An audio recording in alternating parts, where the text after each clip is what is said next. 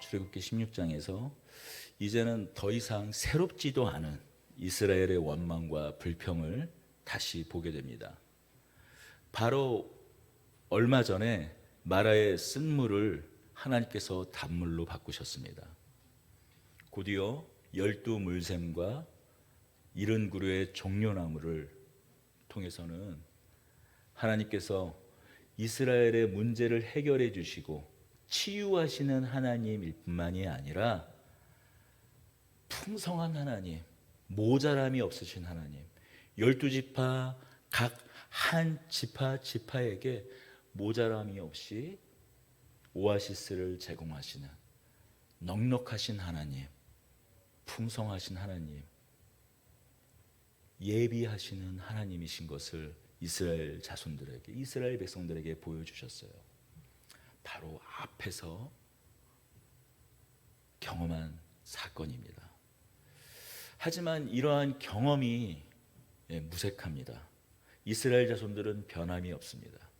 다시 원망을 늘어놓습니다. 이번에는 먹을 것이 없는 것이 문제였어요. 16장 1절을 보면 이스라엘 자손의 온 회중이 엘림에서 떠나 엘림 시내산 사이에 있는 신광야에 이르니 애굽에서 나온 후 둘째 달 15일이라. 애굽의 모든 장자가 죽은 날이 언제죠? 첫째 달 14일이에요.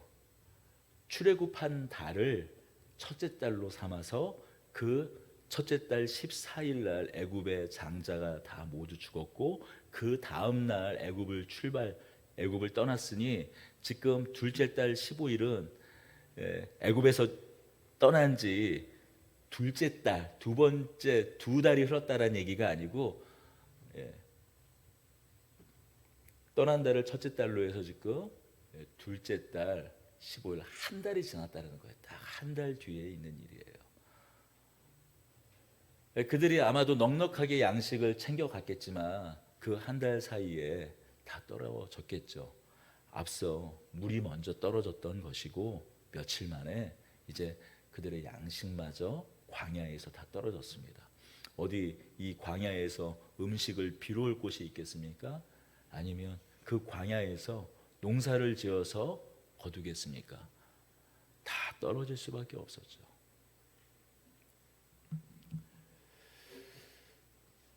(3절을) 보세요. 음식이 떨어졌을 때, 양식이 떨어졌을 때 그들의 반응이에요. 이스라엘 자손이 그들에게 이르되 우리가 애굽 땅에서 고기 가마 곁에 앉아 있던 때와 떡을 배불리 먹던 때에 여호와의 손에 죽었더라면 좋았을 것을. 지금 원망의 내용은 무엇입니까? 여호와의 손에 죽었더라면이에요. 여호와의 손에 죽었더라면. 모세와 아론을 쳐다보면서 원망하지만 지금 이거예요. 슬쩍 한 요 정도에서 보는 듯, 모세와 아론을 보는 듯 안 보는 듯 하면서 실제로는 얼굴은 누구를 향하고 있냐면 하나님을 향하여 차라리 여호와 손에 죽었으면 좋았을 것을. 어디에서요? 애굽에서요. 무엇을 하던 때에? 고기 가마 곁에서 고기를 먹던 때와 떡을 배불리 먹던 때를, 바로 그때 애굽에서 있었던 때에 어떻게 해요? 누구의 손에 죽으면 좋았을 뻔했다고요? 여호와 손에 좋았을 뻔했다는 거예요. 이게 정확히 말하면은 어떻게 말해야 될까요? 정상적인 표현과 문장이라면은 원망을 하는 거는 좋아요. 그럼 어떻게 원망을 해야 됩니까? 고기 가마 곁에 있었을 때와 떡을 배불리 먹었던 때에 바로의 손에 죽었으면 좋았을 것을 하는 게 맞는 문장이겠죠. 왜냐하면 거기서 바로의 손에 죽지 않도록, 더 이상 노예 생활을 하지 않도록 하나님이 이스라엘 백성들을 건져내셨으니까요. 그런데 그렇게 바꾸어 말해도 사실 그 말이 맞지만 그것도 맞는 말이 아니에요. 왜냐하면 그들은 고기 가마 곁에서 배불리 먹었던 적이 없어요. 떡을 배불리 먹었던 적이 없어요. 가마 곁에 있긴 있었죠. 어떤 가마요? 벽돌을 굽는 가마요. 라암셋, 애굽의 식량 창고와 애굽의 병거들, 각종 물자들을 저장하는 그 창고로 채운 도시인 그 라암셋, 오늘날로 따지면 병참 기지, 전략 물자를 이렇게 공급하는 어떤 그 신도시격이 되는 그런 도시예요. 그 도시를 건설하기 위해서 동원되어서 무슨 가마 곁에 있었습니까? 벽돌을 굽는 가마 곁에 있었어요. 고기를 굽는 가마 곁에 있었던 것이 아니라 벽돌을 굽는 가마 곁에 있었어요. 거기서 무엇을 먹었다고요? 떡을 배불리 먹었다고요? 아니요.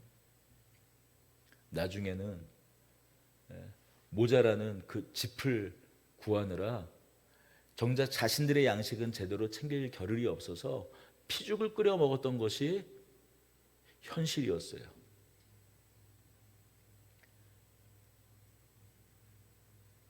그런데 뭐라고? 자신들의 처해진 현실과 그리고 하나님께서 건져내신 그 구원을 뭐라고 왜곡하면서 하나님을 원망합니까? 우리가 고기 가마 곁에서 있을 때와 떡을 배불리 먹었던 때를 비교하면서 지금 하나님을 원망하고 있어요. 그런데 그 원망의 내용도 여호와 손에 죽었더라면이에요.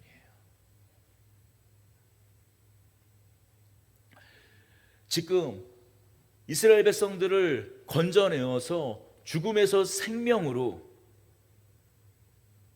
건져내신, 저주에서 은혜로 건져내신 하나님을 향하여 그 하나님 손에 차라리 죽었으면 좋았을 뻔했다라는 거예요.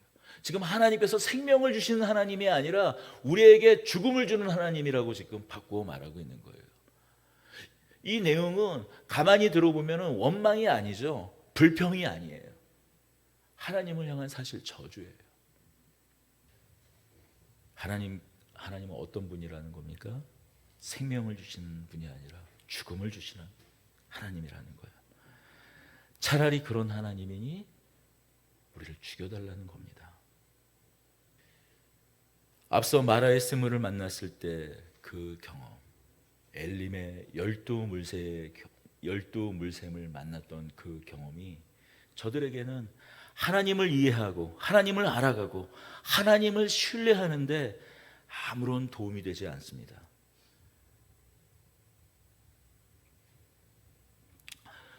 우리는 이 불평이 이 오늘의 만나를 만나기에 앞서, 그래서 오늘 이 원고를 좀 이렇게 쓰고 묵상하며 쓰다가 만나를 만나기에 앞서, 그래서 말씀의 제목을 만나를 만나다라고 할까라고 생각을, 원래 내가 이 제목을 정하는데 소질이 없다 보니까 차라리 좀 유머라도 있게 만나를 만나다라고 할까 또 생각을 했습니다만, 이 만나를 만나기에 앞서 하는 이 불평은 이번 한 번으로 그치는 것이 아니에요. 17장에서 무리바에 이르렀을 때, 다시 한번 물이 없을 때 그 원망으로 계속해서 이어집니다.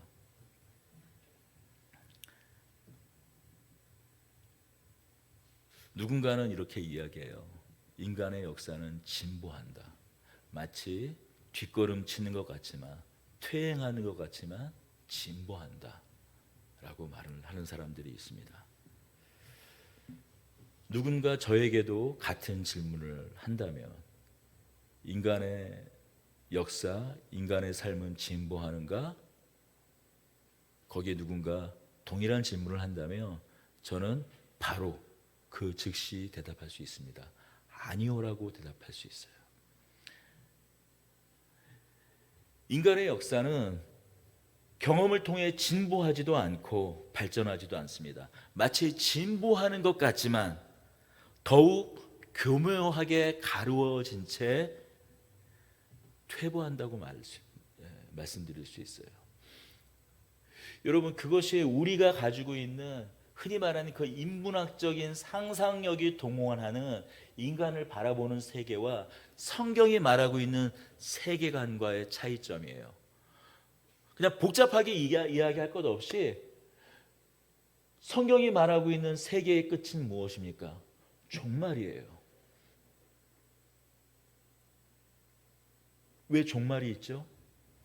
인간의 세상이 좀 더 나은 세상으로 발전한다면 300년 전인가요? 인류의 그 과학이 발전하고 진보하면서 유토피아를 꿈꾸었던 대로 그렇게 역사가 계속해서 발전하고 진보한다면 인류의 종말이 있겠습니까? 인류의 마지막이 있겠습니까? 성경은 분명히 말하고 있어요. 예수님은 말하고 있어요. 무엇라고 말씀하셨습니까? 그때 세상에 사랑이 식어질 것이라고 말해요. 그 아비가 자녀를 향해서, 자녀가 그 아비를 향해서 가장 인간적이고 가장 그 근원적인 사랑마저도 식어져 버려서 서로 미워하는 일들이, 서로 버리는 일들이, 폐륜과 같은 일들이 행해진다고 얘기하고 있어요. 세상이 좀 더 나아지는 것 같지만 아니, 그 속을 들여다보면 더 깊은 죄 가운데 빠져들고 있는 것을 봅니다. 결국 하나님께서 더 이상 좌시할 수 없어서, 내버려둘 수 없어서 끝내 세상을 고치는 것이 바로 예수님께서 다시 오시는 것입니다. 이 땅을 회복하는 것이, 완전히 하늘의 그 뜻이 땅에서 이루어지는 그 날이 먼저는 예수님을, 그 아들을 이 땅 가운데 보내신 일이요, 그리고 마지막 날에 다시 보내셔서 하늘과 땅을 새롭게 하시는 일이십니다. 하늘과 땅을 새하늘과 새 땅으로 바꾸는 일이에요. 그래서 하늘과 땅의 구분이 없어지는, 하늘과 땅이 곧 하나가 되는, 만물이 온전케 되는 날입니다. 만약 인간의 역사가 진보한다면, 발전한다면 우리에겐 종말이 없을 것이에요. 성경이 말하는 그 마지막 엔타임은 없을 것입니다. 그러나 성경은 그 마지막 날을 분명히 말씀하고 있어요. 지금 이스라엘 모습, 이 이스라엘 백성의 모습이 이를 너무나 잘 보여주고 있습니다. 마라의 쓴물을 만났을 때 모세를 원망하는 데서 더 나아가서 이제 구체적으로 그 원망의 내용이 무엇인지 성경은 드러내고 있어요. 마라의 쓴물을 만났을 때는 분명히 그들의 속마음까지 말하고 있지는 않으니까요. 그러나 분명히 이 16장에서는 그것은 모세를 원망하는 것, 아론을 원망하는 것, 그러나 그 내용은 하나님을 원망하는 것 아니요, 하나님을 저주한 것이라고 분명히 성경은 말씀하고 있기 때문입니다. 이건 지금 엘림을 만난 뒤이어 일어난 일이에요. 여러분, 이것은 이스라엘 백성들의 성향만이 아니라 곧 우리의 실존적인 모습이기도 합니다. 여러분, 우리 지금 이 장면에서 묘하게 오버랩되는 것이 있지 않습니까? 이스라엘의 이런 반복적인, 또 다음 17장에서도 드러나는 그 무리바에서 물이 없을 때 다시 원망했던 그 모습, 그리고 이어서도 계속 이어지는 이 출애굽기에 이 지난하게 이어지는 이스라엘의 반복된 그 원망의 모습. 하나님은 하나님을 알 수 있도록 하나님의 신실하심을 드러냄에도 불구하고 끊임없이 원망하는 이스라엘의 모습을 우리가 보면서 이 오보렙 때는 한 장면이 있지 않습니까? 바로의 모습이에요. 9번의 이 재앙이라는 경험을 통해서 하나님을 알고 그 뜻을 따르는 것 같지만 끝내 완악함을 버리지 못하고 자신의 장자뿐만 아니라 온 애굽의 장자를 죽였던, 애굽을 망가뜨렸던 바로 누구요? 바로의 모습이 오보렙 되지 않습니까? 그렇다면 도대체 바로는 계속 그렇게 강팍하여서 끝내 멸망의 길에 이르게 하시고 어떤 이들은 바로와 별반 다르지 않는 바로의 버금갈 뿐만이 아니라 오히려 바로를 능가하는 이스라엘 백성들에게 오히려 만나를 내리시는 그 이유는 무엇입니까? 4절을 보십시오. 3절에 이어지는 하나님을 향한 여호와 하나님을 향한 그 원망에 이어 하나님께서 바로와 마찬가지로 이스라엘 백성들을 그 멸망의 길로 이끄는 것이 아니라 무엇을 주십니까? 그때에 여호와께서 모세에게 이르시되 보라 내가 너희를 위하여 하늘에서 양식을 비같이 내리니 나가서 일용할 것을 날마다 거둘 것이라. 하나님께서 바로에게는 어떻게 하셨습니까?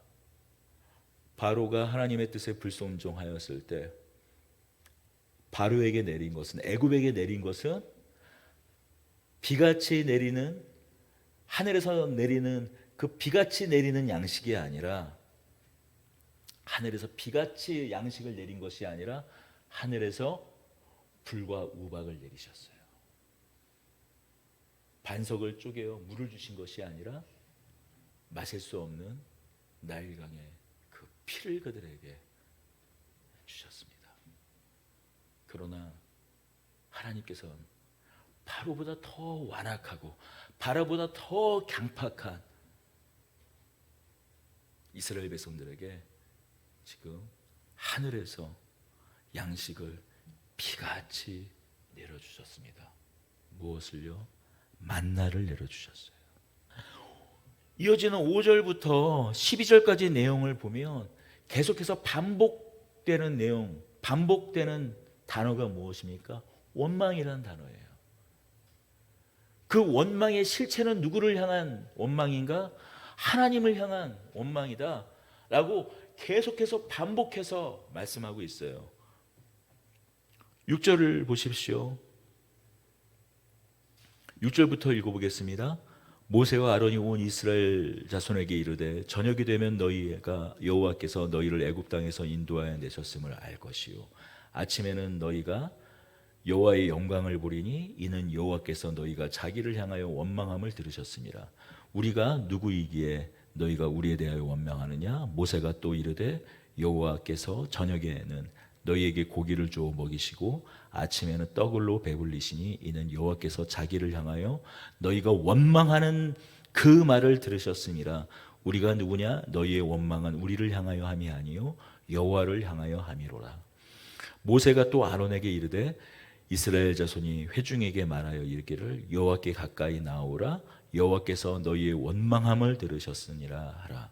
아론이 이스라엘 자손의 온 회중에게 말하여 이르되 그들이 광야를 바라보니 여호와의 영광이 구름 속에 나타나더라.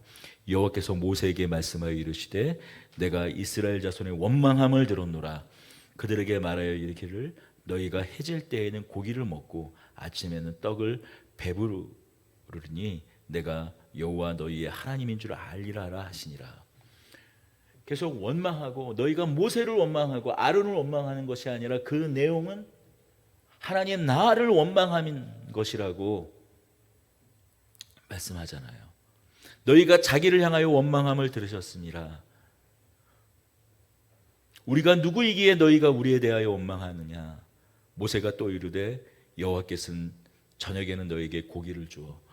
원망과 계속 하나님의 은혜, 하나님의 만나를 계속 교차하며 계속 반복해서 말하고 있어요. 그러다 급기야 어떻게 해요? 10절에 다시 한번 원망이 등장합니다. 아론이 이스라엘 자손의 온 회중에게 말하여 이르되 그들이 광야를 바라보니 영광의 구름이 여호와의 영광이 구름 속에 나타나리라. 11절 12절입니다.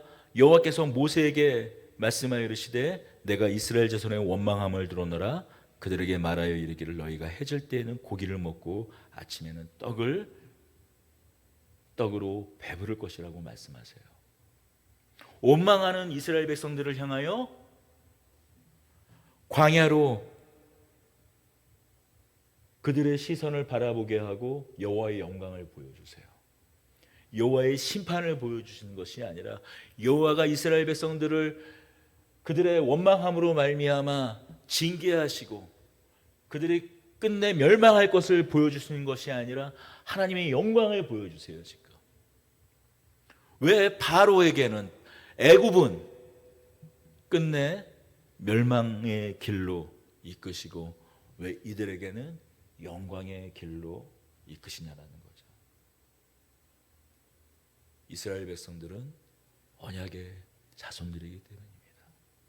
이스라엘 자손들은 하나님께 선택받은 자손들이기 때문이에요.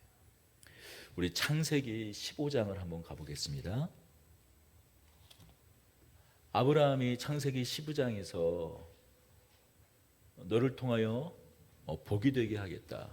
너를 통하여 내가 내 나라를 이루겠다라고 약속하신 후에 다시 이어지는 하나님과 아브라함의 언약의 내용이며 장면이에요. 15장 내용은 이렇습니다. 제가 좀 짧게 읽겠습니다. 이후에 여호와의 말씀이 환상 중에 아브라함에게 임하여 이르시되 아브라함아 두려워하지 말라. 나는 내 방패요 너의 지극히 큰 상급이라. 아브라함이 이르되 주 여호와여 무엇을 내게 주시려니까 하나 나는 자식이 없사오니 나의 상속자는 이 다메섹 사람 엘리에셀이니이다. 아브라함이 또 이르되 주께서 내게 씨를 주지 아니하셨으니 내 집에서 길린 자가 내 상속자가 될 것이니이다. 여호와의 말씀이 그에게 임하여 이르시되 그 사람이 내 상속자가 아니라 내 몸에서 날 자가 내 상속자가 되리라 하시고 그를 이끌고 밖으로 나가 이르시되 하늘을 우러러 무뼈를 셀 수 있나 보라. 또 그에게 이르시되 내 자손이 이와 같으리라. 아브라함이 여호와를 믿으니 여호와께서 이를 그의 의로 여기고 또 그에게 이르시되 나는 이 땅을 내게 주어 소유를 삼게 하려고 너를 갈대아인의 우르에서 이끌어낸 여호와니라. 아브라함이 자녀가 없습니다. 75세의 그 약속을 따라 갈대아 우르에서 나왔지만 그에게 약속하신 후사 약속의 자녀가 없어요. 그러니 엘리에셀을 그의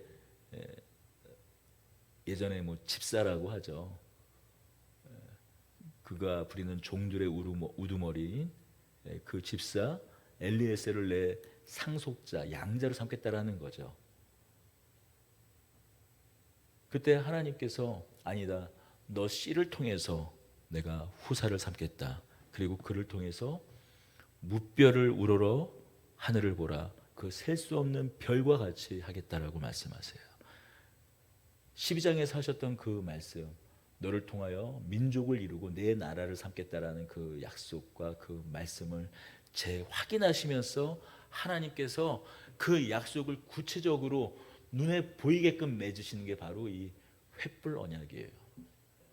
3년 된 암소와 3년 된 암염소와 3년 된 수량과 산비둘과 집비둘기 새끼를 가져오게 하신 후 그것을 쪼갭니다. 그리고 그것을 지나요. 당시에 아브라함의 때 언약을 맺었던 방법이에요. 그래서 언약, 베리트 그것은 쪼개다라는 말에서 기원했습니다. 그리고 그 쪼갠 것을 지나갑니다. 어떤 의미인가요? 쌍방간에 맺은 이 언약을 파괴할 경우에 깰 경우에는 이 쪼갠 고기처럼 그 언약을 깬 사람이 그렇게 쪼개질 것이라는 거예요. 죽임당할 것이라는 거예요. 근데 놀라운 사실은 무엇입니까?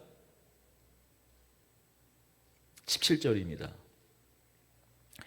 해가 져서 어두울 때 연기 나는 화로가 보이며 타는 횃불이 쪼갠 고기 사이로 지나더라. 여러분, 여기서 한 가지 좀 주목해야 될 사실은 무엇이에요? 이 지금 쪼갠 고기 사이로 누가 지나고 있다고요? 횃불의 형상 곧 하나님께서만 지나고 있는 거예요. 아브라함은 지금 환상입니다. 꿈을 꾸고 있어요.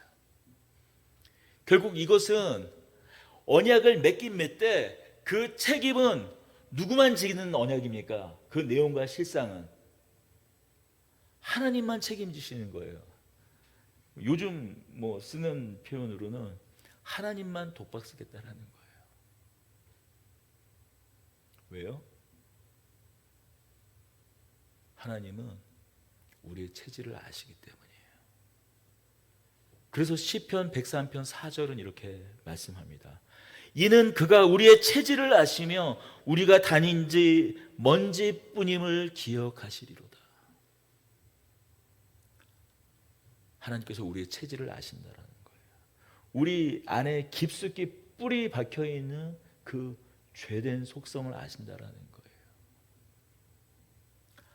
하나님의 인도하심, 하나님의 끝없는 동행하심과 그 손길을 마주 보고 경험하고도 끝내 자신의 욕망 앞에서 마치 오늘 지금 우리가 보고 있는 그 이스라엘 백성들처럼 바로 말아의 쓴물이 단물로 바뀌는 그 은혜와 하나님의 예비하신 그 엘림을 부족함이 없이 넉넉하신 하나님을 보고도 바로 하나님께 등 돌리고, 아니 등 돌리는 것 그뿐 아니라 하나님께 온갖 저주를 거짓을 말하면서, 아니 자신들이 언제 고기가 막혀서 고기를 먹었다고요? 언제 떡을 배불리 먹었다고요? 오히려 그때 바로의 손이 아니라 그들을 노예 삼았던, 그들을 종 삼았던 바로의 손이 아니라 오히려 그들을 건져낸 하나님, 여호와 하나님 그 손에 죽었을 뻔하였으면 좋았을 것이라고 얘기하고 있어요. 만약 아브라함이 그때 그 쪼갠 고개 사이에 하나님과 두 손을 마주잡고 건넜다면 지금 이스라엘 백성들은 뼈가 남아나지 않았을 겁니다. 왜냐하면 그 언약의 당사자는 아브라함의 그 씨의 그 후손인 이스라엘도 포함되기, 그 이스라엘 자손이 포함되기 때문이에요. 창세기 15장 17절 앞에 뭐라고 되어 있습니까? 창세기 13절 여호와께서 아브라함에게 이르시되 너는 반드시 알라 내 자손이 이방에서 객이 되어 그들을 섬기겠고 그들은 400년 동안 내 자손을 괴롭히리니 그들이 섬기는 나라를 내가 징벌할지며 그 후에 내 자손이 큰 재물을 이끌고 나오리라. 너는 장수하다가 평안히 조상에게 돌아가서 장사될 것이요 내 자손은 4대 만에 이 땅으로 돌아오리니 이는 아모리 족속의 죄악이 아직 가득 차지 아니함이니라 하시더니, 지금 아브라함을 대표해서 맺고 있는 이 언약은, 이 언약의 당사자는 아브라함뿐만이 아니라 아브라함의 자손인 바로 이스라엘 백성도 포함이 되는 것이에요. 책임을 물으신다며, 우리 죄의 책임, 그것을 물으신다면 우리는 죽음뿐입니다. 우리가 마주할 것은 생명이 아니라 죽음뿐이에요. 은혜가 아니라 죄의 참혹한 결과밖에 없습니다. 애굽의 장자들과 마찬가지로 이스라엘의 장자들도, 이스라엘도 죽음 앞에서 벗어날 방법이 없는 것이에요. 하나님은 이 약속, 이 언약을 끝내 이루셨어요. 누구를 통해서 이루셨나요? 이스라엘의 배반, 이스라엘의 죄악, 그것에 대하여 이스라엘에게 책임을 지우지 아니하시고 누구에게 책임을 지우게 하셨습니까? 여러분 너무나 잘 알고 있잖아요. 이스라엘의 장자인 곧 하나님이시기도 한 하나님의 아들 독생자 예수를 십자가에 매 달으셨습니다. 6월절에 어린 양의 제물로 삼으셨어요. 우리 요한복음 14장 7절을 한번 가보겠습니다. 요한복음 14장 7절입니다. 너희가 나를 알았더라면 내 아버지도 알았으리로다. 이제부터는 너희가 그를 알았고 또 보았느니라. 물론 제자들에게 하는 말씀입니다만 이것을 제자가 아닌 더 넓게 확대해 본다면 지금 이스라엘 백성들은 어떤 사람들이라는 겁니까? 예수님도 알지 못하고 예수님을 보낸 하나님 아버지도 알지 못한 사람들이었습니다. 그렇다면 근데 예수님을 죽이실 것이 아니라 예수님을 그 죽음의 자리로 모실 것이 아니라 이스라엘 백성들을 몰아갔어야 되는데 근데 하나님은 그 아들을 죽음의 자리로 내모셨어요. 더불어 우리가 그 언약에 참여하게 돼요. 그 보내신 아들을 믿고 또 하나님 아버지를 알아. 영생은 하나님을 아는 것과 그 보내신 아들을 아는 것, 아버지를 알고 그 보내신 아들을 알아 우리가 영생, 하나님 나라, 하나님 자녀의 그 언약에 참여하게 된 것입니다. 그러니까 여러분 지금 이스라엘 백성들이 지금 광야로 그 부르신 아니 우리도 똑같은 질문을 하잖아요. 이스라엘 백성들의 그 질문의 내용은 뭐예요? 결국엔 이 질문 아니에요. 지금 이 원망을 질문으로 바꾸면은 아니 하나님 우리가 도대체 애굽에서 있었던 때와 애굽을 지금 나온 지금 차이가 도대체 뭡니까? 우리의 질문으로 바꾸면 이런 거죠. 도대체 예수님을 믿기 전과 예수님을 믿고 난 차이가 도대체 뭐냐고요. 이스라엘 질문은 이거 아닙니까? 아니 애굽 올라왔더니 애게 겨우 광야라고요. 물도 없고 먹을 양식도 없는 거네요. 우리도 그런 거 아니에요. 믿기 전에 도대체 지금 믿은 후가 무슨 차이가 있냐고 좀 물어보잖아요.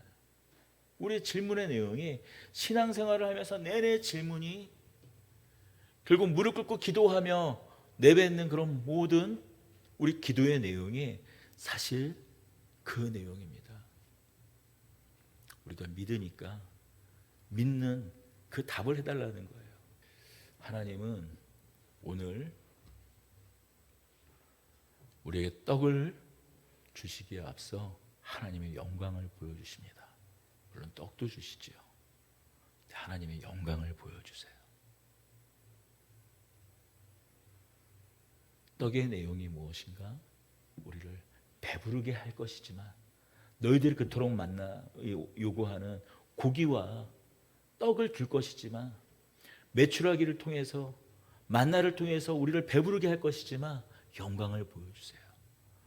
왜냐하면 그 메추라기 만나를 통해서 우리 배우를 채우시는 그 내용의 실체가 무엇이냐면 하나님의 영광이기 때문이에요. 우리 마지막으로 신명기 8장 1절과 2절을 읽어보겠습니다. 내가 오늘 명하는 모든 명령을 너희는 지켜 행하라. 그리하면 너희가 살고 번성하고 여호와께서 너희 조상들에게 맹세하신 땅에 들어가서 그것을 차지하리라. 내 하나님 여호와께서 이 40년 동안 내게 광야길을 걷게 하신 것을 기억하라. 이는 너를 낮추시며 너를 시험하사 내 마음이 어떠한지를 그 명령을 지키는지 지키지 않는지를 알려 하심이라.